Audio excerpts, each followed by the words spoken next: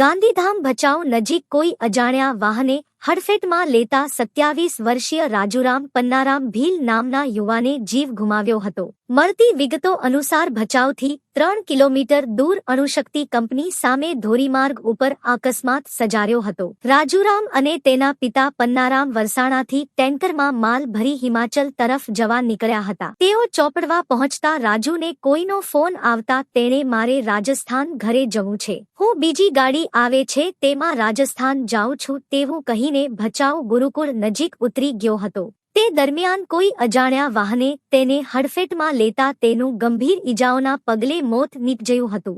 વધુમાં જાણવા મળ્યું છે કે બનાવની જાણ થતાં તેના પિતા હોસ્પિટલ ગયા બાદ તેમને હૃદયરોગનો હુમલો આવતા તેમને સારવાર અર્થે અમદાવાદ લઈ જવાયા હતા. અકસ્માત કરી નાસી જવાના હિટ એન્ડ રનની આ ઘટનામાં ચન્નારામ શંકરારામ ભીલે પોલીસ મથકે અજાણ્યા વાહન ચાલક સામે ગુનો નોંધાવ્યો હતો.